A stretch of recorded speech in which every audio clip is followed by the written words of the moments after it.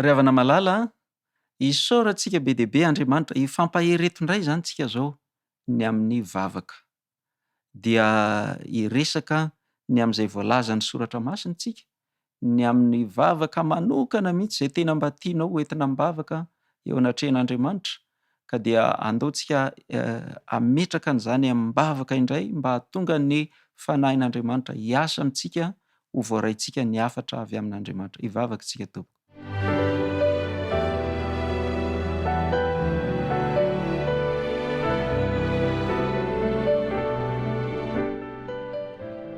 Andriamanitra o Rainay any an-danitra, angatanay ianao mba tena hiasa aminay, ka ny teny rehetra izay faharenay dia mba ho lasa fiainanay, mba ho teny fiainana ho anay tokoa ny teninao.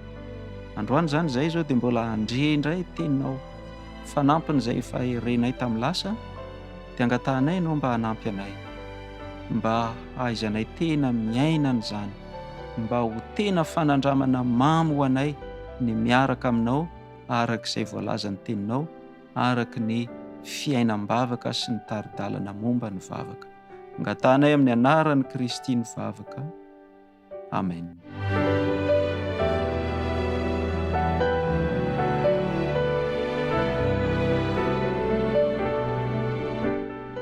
Ry havana malala, malaza loatra eo amin'ny tontolo kristianina eny fa na dia tsy mpivavaka aza, hoe nisy vavaka nampianarin'ny Tompo. Izany hoe Jesosy mihitsy no nampianatra an'ilay vavaka. Inona moa ny zavatra nisy? Rehefa nahita ny fiainam-bavaka Jesosy ny mpianatra, dia tena mba naniry mafy izy mba hanana fiainam-bavaka ohatra ny Jesosy. Dia nanantona an'i Jesosy izy ireo, dia niteny hoe Tompo, ampianaro mivavaka izay, mba hivavaka tahaka an'izay novavahanao. Dia ovakitsika ny toy ny tantara ny 7:10 ao amin'ny Mateo 5:. Mateo 5:10 dia ny 7:10. Rehefa nampianatra ny mpianatra hivavaka Jesosy dia izao no niteneniny: koa amin'izany mivavaha toy izao ianareo, Rainay izay any an-danitra ho hamasinina ny eny anaranao, ho tonga ny eny fanjakanao, atao any eny sitraponao etỳ an-tany tahaka ny any an-danitra. Dia mbola mitohy, mbola misy maro ireo tonom-bavaka nampianarin'i Jesosy sy ny mpianatra, nampianarin'i Jesosy atsika izay mpianany mba ho vavaka ataontsika. Fa ho tsindriantsika manokana amin'ity androany ity ilay hoe hatao any ny sitraponao. Jesosy zany no miteny eto. Hoy Jesosy hoe rehefa mivavaka nareo dia mangataha amin'Andriamanitra hoe Ray o, Rainay izay any an-danitra o, hatao any ny sitraponao. Ry havana malala, ohatran'ny mahalasa saina ihany raha tena dinihana akaiky izany tenin'i Jesosy izany hoe hatao any ny sitraponao, amporisihany tsika mba hivavaka, mba hatanteraka ny sitrapon'Andriamanitra. Ary tena zany tokoa no izy. Ilain'Andriamanitra tsika mba hivavaka hatanteraka ny sitrapony. Andao nge jerentsika Genesis 1, raha namorona ny olona Andriamanitra, dia jerentsika ny 2:20. Genesis 1 dia izao no vakintsika eo amin'ny 2:20. Ary Andriamanitra nanao hoe andeha isika hamorona olona tahaka ny endritsika, araka ny tarehintsika, ary aoka izy hanjaka amin'ny hazan-drano ao amin'ny ranomasina sy ny voromanidina sy ny biby fiompy sy ny tany rehetra ary ny biby rehetra izay mandady na mikisaka amin'ny tany. Noharian'Andriamanitra zany tsika, namorona tsika Andriamanitra mba hanjaka amin'ny zavatra rehetra izay noforoniny eto amin'ity tany ity. Dia zao no vakintsika ihany koa amin'ny Salamo 9:9. Salamo 9:9. Salamo 9:9 dia ny 2:1. Zao no voalaza: efa nampanjakainao amin'ny asan'ny tananao izy, ny zavatra rehetra dia efa nataonao eo ambanin'ny tongony. Miresaka mikasika ny olombelona eto ny mpanao salamo hoe fa inona moa ny zanak'olombelona? Dia nitohizany eo ambany eo hoe Ny zanak'olombelona nefa dia efa napanjakainao amin'ny asan'ny tananao izy. Ny zavatra rehetra dia efa nataonao eo ambany tongony. Raha jerentsika eo ambony eo dia hoe efa nisatroanao voninahitra sy fiandrianana izy. Reva malala, ny olombelona zany dia nomen'Andriamanitra fanapahana mba hanjaka eo amin'ny tontolo izay noharian'Andriamanitra. Noho izany miankina miara-miasa amin'ny olombelona Andriamanitra, miankina amin'ny zavatra izay ataon'ny olombelona Andriamanitra, ny amin'ny fandaminana ataony, ny amin'ny zavatra misy eo amin'ny noforoniny, eo amin'ity tany ity. Ny zavatra izay ataon'Andriamanitra dia miankina amin'ny zavatra izay tanterahan'ny olona. Ary izany nahatonga an'i Jesosy nampianatra ny mpianatra hoe rehefa mivavaka ianareo dia azadiny ny mangataka amin'Andriamanitra mba ho tanteraka ny sitrapon'Andriamanitra. Miankina amin'ny fanarahanao izany vavaka izany no hahatanteraka ny sitrapon'Andriamanitra. Hoe rainay eo izay any an-danitra, hatao anie ny sitraponao.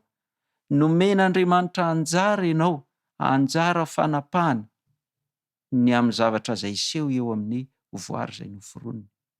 Dia asain'Andriamanitra isika hivavaka ny mba hahatanterahany sitrapon'Andriamanitra eo amin'izany tontolo izay noforonin'Andriamanitra zany. Ilaintsika mihitsy ny mivavaka satria Andriamanitra dia nanapa-kevitra hiara-hiasa amintsika mba hahatanteraka ny sitrapony ety ambonin'ny tany. Andao ange mba ho vakiantsika indray izay voasoratra ao amin'ny Matio. Fanambarana izay mifanindra an-dalana amin'izay no nitenenin'i Jesosy, Matio 7 dia vakiantsika manomboka eo amin'ny andininy 470 sy hatramin'ny andininy 870. Matio 7 dia ny andininy 470. Ary noho ny nahita ny vahoaka Jesosy dia nahonena azy ny fijerin'ireo satria nampahatraina ireo ka nafoy toy ny ondry tsy misy mpiandry. Andininy 770 dia hoy izy tamin'ny mpianany. Andininy 770 be ny vokatra fa ny mpiasa ny vitsy. Koa amin'izany mangataha amin'ny tompony vokatra mba hampandehanany mpiasa hamory ny vokatra. Ahoana tsara hoe Jesosy no miteny amin'ny mpianatra hoe mangataha amin'ny tompony vokatra. Izany hoe mivavaha ianareo amin'Andriamanitra, asan'Andriamanitra io, dia mivavaha mba hampandehanan'Andriamanitra mpiasa hamory an'ireto vokatra ireto. Betsaka ny vokatra fa ny mpiasa hiasa no tsy ampy. Ry havana malala, efa nidinihanao kely ve ny amin'izany tenin'i Jesosy izany? Asaiko mihitsy ianao mba handinika tsara. Jesosy maniraka ny mpianatra mba hivavaka amin'Andriamanitra, mba hanirahan'Andriamanitra mpiasa ny amin'ny asan'Andriamanitra ety ambonin'ny tany. Izany hoe tena raha tena tonga dia ataontsika mahitsy mihitsy izany dia izao, iriany Jesosy raha mba hisy mpiasa handeha hanao ny asa fitoriana ny filazantsara, dia nangatahany ny mpianatra mba hivavaka ho an'izany. Ka tsy fantatr'Andriamanitra ve moa fa mila mpiasa? Tsy tokony tonga dia haniraka mpiasa ve Andriamanitra any amin'izany? Manana anjara ianao ny amin'ny fitondrana am-bavaka an'izany. Sitrapon'Andriamanitra ny hahavita ny asa, sitrapon'Andriamanitra ny haniraka mpiasa vaovao hanampy an'ireo izay efa miasa. Fa izao ianao mihitsy tian'Andriamanitra hivavaka ho an'izany, fa miankina mivavaka izay ataonao ny hahatanteraka an'izany sitrapon'Andriamanitra izany. Nanao toe-javatra fanandramana mitovy amin'izany koa ny apôstôly Paoly ao amin'ny Tesalonianina 2:7. Andao vakiantsika ange ny andininy 1, Tesalonianina 2:7 dia ny andininy 1. Izao no vakiantsika: farany rahalahy, mivavaha ho anay mba handehanany tenin'ny tompo faingana ka hankalazaina toy ny eo aminareo. Ozy Paoly hoe mivavaha mba handehanany tenin'ny tompo faingana, fa tsy efa sitrak'Andriamanitra ve izany? Miparitaka haingana arak'izay tratra ny afatry ny filazantsara. Zany ny programan'Andriamanitra, zany no irian'Andriamanitra. Fa angatahana isika mba hivavaka ao amin'izany. Hivavaka amin'iza? Hivavaka amin'Andriamanitra. Mba hatanteraka an'izany sitrapon'Andriamanitra izany. Ry havana malala, mino aho fa azonao zany zao ny resaka izay resantsika dia ny hoe ilaina ianao mba hivavaka hatanteraka ny sitrapon'Andriamanitra. Ilain'Andriamanitra ianao hivavaka hatanteraka ny sitrapon'Andriamanitra.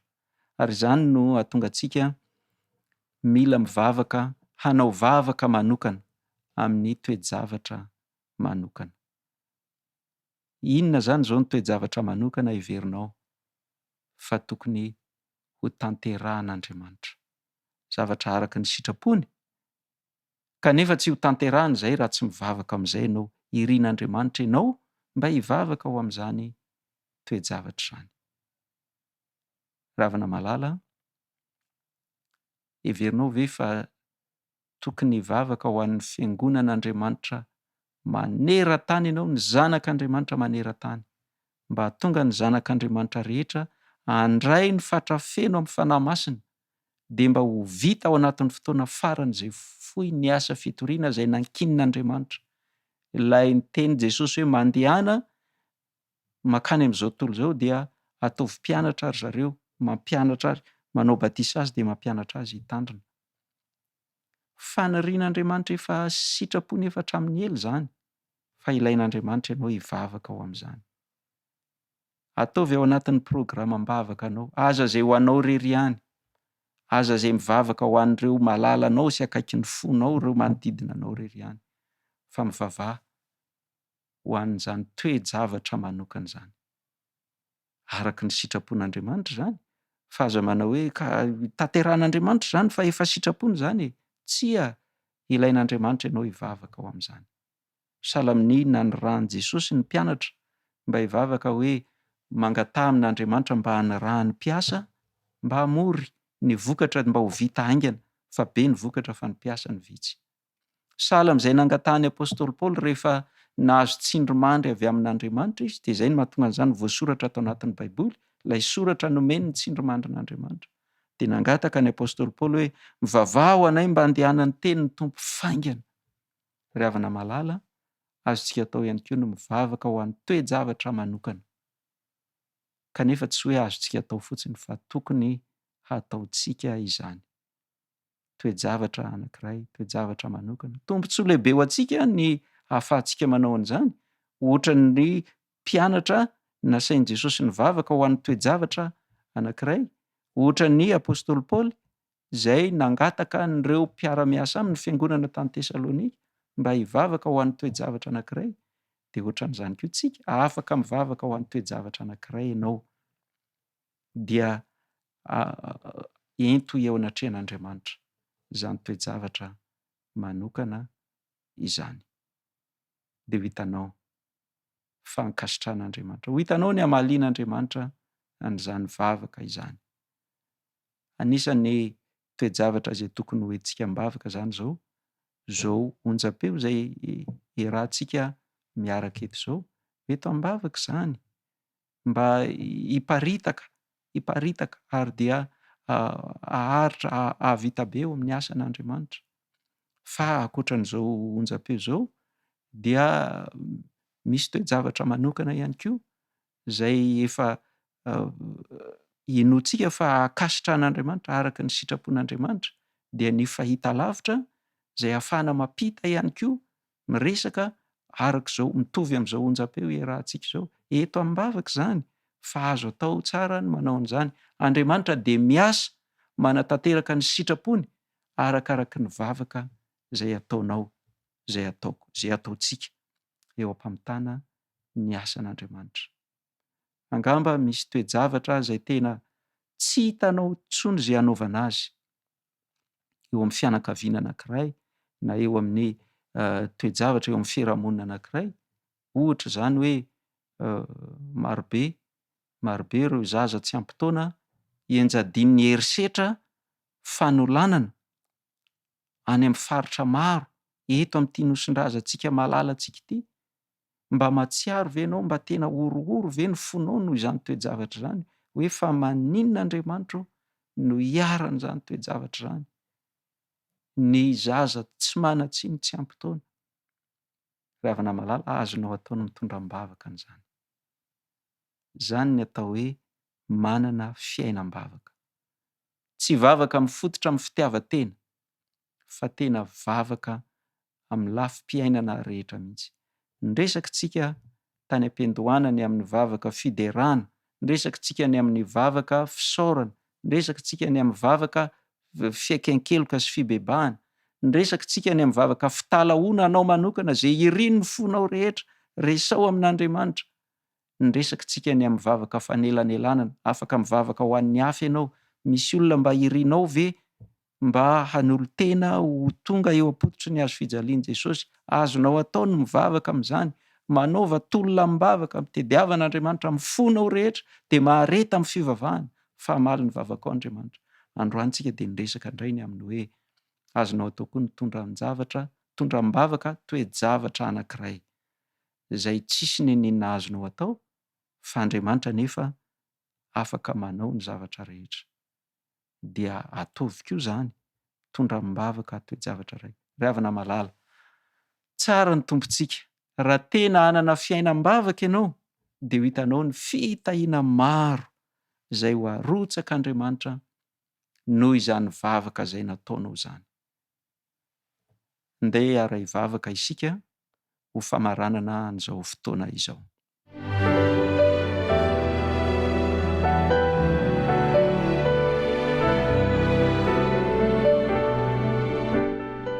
Andriamanitra, misaotra anao izahay satria nomenao anay ny ohatra maro amin'ny soratra masina, ny mba tena hanananay fiainam-bavaka. Dia maro ireo anton-javatra izay tokony hoentina amin'ny-bavaka. Androany izany izay dia nianatra indray ny amin'ny hoe toe-javatra tsy hainay ny mandamina ny toe-javatra fiseho amin'ny fiainana eto amin'ity tany ity, fa hainay kosa ny mivavaka aminao, manankina aminao ny toe-javatra anankiray izay tsy hitanay izay hanaovana azy. Dia ampio izay Andriamanitra, mba tena hanao fanandramana ny amin'izany. Tsy ny sanatria hibaiko anao na handidy anao akory, fa mipetraka tsara eo ambanin'ny sitraponao izahay. Fa ianao kosa mampirisika anay mba hivavaka ho amin'ny toe-javatra, dia hanao an'izany izay Andriamanitra. Hampiatra an'izany izahay satria tianay ny tena hanana fiainam-bavaka, tianay ny tena mipetraka tsara, miankina tanteraka eo amin'ny fitantananao, ka dia mba ho feno vavaka ny fiainanay, mba ho tena ho say sy vonina handany fotoana betsaka amin'ny vavaka anie izahay, ary ho say ny hanonona mibavaka ny toe-javatra izay tena tianay mba hidiranao an-tsehatra araka izay sitraponao izay fantatrao fa mahasoa anay. Da io manokana ny mpiaino rehetra izay manaraka an'izao fandarana izao, andamina sy hanamboatra ny fiainam-bavaka anay ianao, mba hanananay fiainam-bavaka tena izy, mba hanananay fo mitady anao amin'ny fonay rehetra amin'ny alalan'ny vavaka. Raha sitrakao dia mbola ho tafaraka eto indray izahay amin'ny ora toy izao rahampitso, fa mandra-pahatonga an'izay Andriamanitra dia irinay ny fahasoavan'i Jesosy Kristy Tompo sy ny fitiavana avy aminao Andriamanitra iray, ary ilay fampiraisana, fampifankatiavana avy aminao fanahy masina, mba hampiray ny fonay rehetra izay tia manaraka an'izao fandarana izao. Tonoinay amin'ny anaran'i Kristy ny vavaka. Amen.